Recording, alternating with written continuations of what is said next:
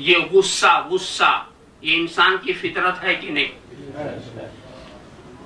ہے کوئی ایسا انسان جس کو غصہ نہ آتا ہو؟ پہلے میں ایک بات اور بتاؤں، تجھے کیسے پتا چلے کیا چیز انسان کی فطرت ہے؟ کوئی ایسا انسان جس کو غصہ نہ آتا ہو؟ پہلے میں ایک بات اور بتاؤں، تجھے کیسے پتا چلے کیا چیز انسان کی فطرت؟ تو اس کو سمجھنے کے لیے آپ ایک اصول ذہن میں رکھیں، آپ خود ہی سمجھ لیں گے۔ وہ عادت، وہ خصلت جو سارے انسانوں میں مشترک ہو، کافر ہو کہ مومن ہو، بچہ ہو کہ بوڑھا ہو، عورت ہو کہ مرد ہو، تو وہ خصلت فطری خصلت، وہ عادت فطری عادت۔ اور ایک بات اور بتا دیں کہ فطرت کے کئی رنگ نہیں ہوتے، فطری عادتوں کا رنگ ایک ہوتا۔ ہنسنا، مسکرانا، یہ انسان کی فطرت ہے کہ نہیں؟ ذرا انگریزی میں مسکرا کے دکھاؤ، یا پنجابی میں مسکراؤ، یا گجراتی مسکراؤ، نہیں، مسکرانے والے جیسے بھی مسکرائے گا ایک ہی انداز، چاہے کہیں کا بھی ہو۔ کسی کو بھوک انگلش میں نہیں لگتی کہ انگلش والی بھوک یہ ہے، فرنچ والی بھوک یہ ہے، ڈچ والی بھوک یہ ہے، بنگالی والی بھوک یہ ہے، ایسا کچھ نہیں۔ بھوک کی جو کیفیت ہے سب میں ایک ہی جیسی، جو ایسے پیاس، تو غصہ بھی سبھی کو آتا ہے کہ نہیں؟ ہے کوئی ایسا انسان جس کو غصہ نہ آتا؟ انسان کی فطرت ہے، غصہ تو آنا ہی ہے۔ مجھے کسی نے ایک واقعہ سنایا، علی گڑھ کی یونیورسٹی میں ایک خان صاحب تھے رامپور کے، اور بڑے سیدھے، بڑے شریف تھے۔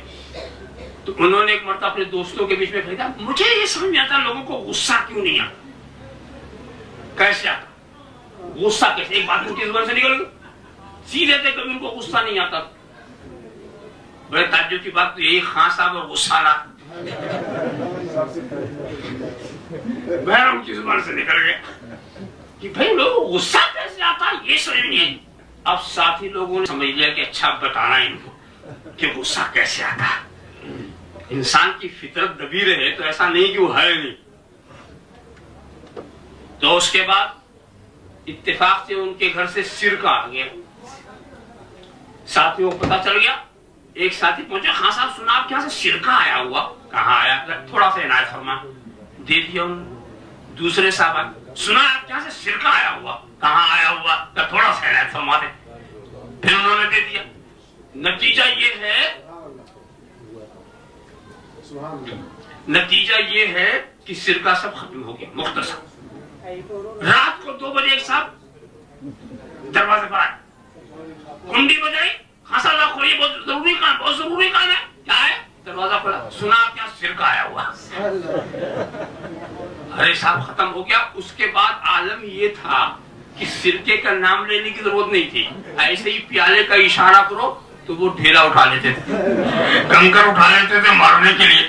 تو اس کے بعد ساتھیوں نے کہا اب کھیل ختم، ہم تو صرف آپ کو یہ دکھانا چاہتے تھے غصہ کیسے آتا۔ غصہ انسان کی فطرت۔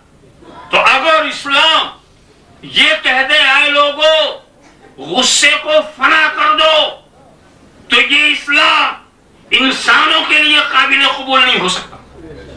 جن کی فطرت میں غصہ ہے تو اسلام یہ کبھی نہیں کہے گا کہ غصے کو مٹا دو، بلکہ اسلام یہ کہے گا غصے کو صحیح رخ پہ لگا دو، غصے کو صحیح رخ پہ لگا دو۔ تم نے نہیں دیکھا اس غصے والے کا حال جو غصے میں چلا تھا، ہاتھ میں ننگی تلوار لے کر، قتل کرنے کا ارادہ لے کر، کتنے غصے میں جا رہا تھا، کتنے غصے میں جا رہا تھا۔ مگر دنیا نے کیا دیکھا کہ عمر سوئے نبی گئے اور نظر سوئے عمر گئی، بڑی نگاہ مصطفیٰ تو زندگی سنور گئی، بڑی نگاہ مصطفیٰ تو زندگی سنور گئی۔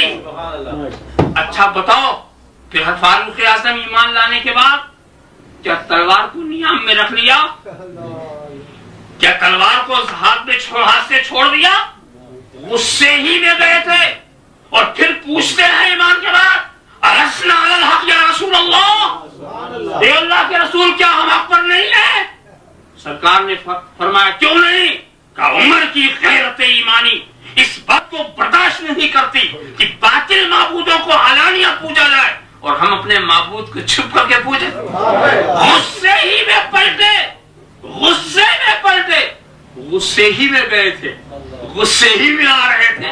اسلام نے غصے کو نہیں مٹایا، غصے کا رخ بدل دیا، غصے کا رخ بدل دیا۔ پہلے غصہ رسول کی طرف لے جا رہا تھا، اب غصہ دشمن رسول کی طرف لے جا رہا ہے۔ تو اسلام فطرت کو مٹانا نہیں چاہتا، کبھی کبھی تو غصہ رحمت بن جاتا ہے۔ تم نے نہیں سنا بلکہ سنا، بار بار سنا، مولائے کائنات کا مقابلہ ہے، ایک دشمن سے واقعہ نگاری مقصود نہیں، حضرت سینے پہ سوار ہو گئے، گلے پہ خنجر رکھا، چلانا ہی چاہتے ہیں کہ اس نے آپ کے چہرے مبارک پر تھوک دیا، آپ فوراً اتر آئے، اتر کر کہتے ہیں تھوڑی دیر کے بعد مقابلہ کرنا ہو۔ وہ تو حیران رہ گیا، کافر اس لیے حیران رہ گیا اور حیرانی کے عالم میں بلا لی بہادر ضرور ہو مگر ہو نہ تجربے کار۔ کہیں کوئی دشمن کے سینے پہ سوار ہو کے اترتا ہے، گھڑے پہ خنجر رہ کر ہٹاتا ہے، ہٹانا مشکل تھا، چلانا آسان تھا، مشکل کام لے لیا، آسان کام چھوڑ دیا۔ تو کیا کہا؟ ان کے کلام کا حاصل اور خلاصہ یہ ہے جو میں اپنے لفظوں میں عرض کر رہا ہوں کہ میں جب تیرے مقابلے میں آیا تھا مجھے غصہ تھا مگر خدا کے لیے، جب میں نے تجھے زیر کیا تو مجھے غصہ تھا مگر خدا کے لیے، میں نے جب تیرے گلے پہ خنجر رکھا تو مجھے غصہ تھا مگر خدا کے لیے، اور میں چلانا ہی چاہ رہا تھا کہ تو نے چہرے پہ تھوک دیا تو اب نفس کا بھی غصہ شامل ہو گیا، نفس کا۔ تو جو کام میں صرف خدا کے لیے کر رہا تھا اس میں نفس کا دخل ہو گیا، اس لیے میں اتر گیا۔ اب دوبارہ مقابلہ کرنا ہے تو کرو، دوبارہ مقابلہ کرنا ہو تو کرو، مگر دوستو حضرت علی کی للہیت، ان کا اخلاص دیکھ کر کے اس کے بازو چھل ہو گئے، ایمان کی روشنی اسے مل گئی اور اس نے فوراً پڑھ دیا اشہد ان لا الہ الا اللہ وحدہ لا شریک لہ واشہد ان محمدا عبدہ ورسولہ۔ بات تو ختم ہو گئی مگر میں اس موقع پر یہ ضرور پوچھتا ہوں، بولو خنجر چلتا تو کیا ہوتا، وہ خنجر ہٹ گیا تو کیا ہو گیا؟ خنجر چلتا تو کافر کٹ جاتا، خنجر ہٹا تو کفر کٹ گیا، خنجر چلتا تو مشرک کٹ جاتا، خنجر ہٹا تو شرک کٹ گیا، خنجر چلتا تو دشمن کٹ جاتا، خنجر ہٹا تو دشمنی کٹ گئی۔ اسی لیے ہم کہتے ہیں اسلام کافر کو کاٹ کے نہیں پھیلا ہے، کفر کو کاٹ کے پھیلا ہے، اسلام شرک کو کاٹ کے پھیلا ہے، اسلام نفاق کو۔ سارے کافروں کو اگر اسلام کاٹ دیتا تو مسلمان کون ہوتا؟ اسلام کافر تو اس طرح سے سمجھنے کی بات ہے، وہ کتنا مبارک غصہ ہے جو خدا کے لیے ہو، جو خدا کے لیے ہو۔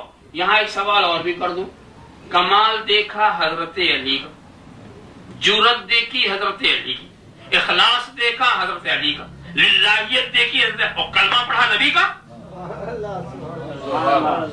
ارے بھائی جس کا کمال دیکھو اس کا گن گاؤ، کمال علی کا اور کلمہ نبی کا۔ اب نبی اور علی کے درمیان کا رابطہ سمجھو، کمال علی کا کلمہ نبی کا، کیا مطلب؟